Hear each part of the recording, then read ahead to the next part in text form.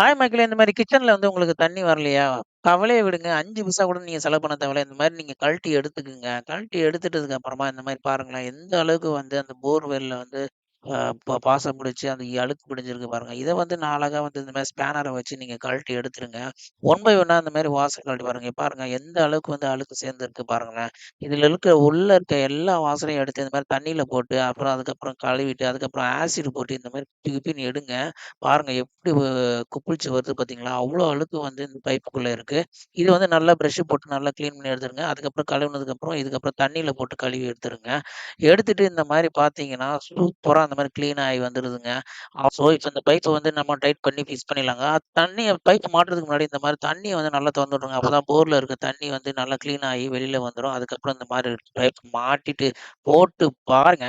வேற லெவல்ல தண்ணி வந்து பார்த்தீங்களா? நம்ம பைப் ரெடி ஆயிருச்சுங்க. அவ்வளோதாங்க. இந்த வீடியோ பிடிச்சிருந்தா லைக் பண்ணுங்க, ஷேர் பண்ணுங்க, கமெண்ட் பண்ணுங்க. மறக்காம இந்த சேனல சப்ஸ்கிரைப் பண்ணிடுங்க. பாய்.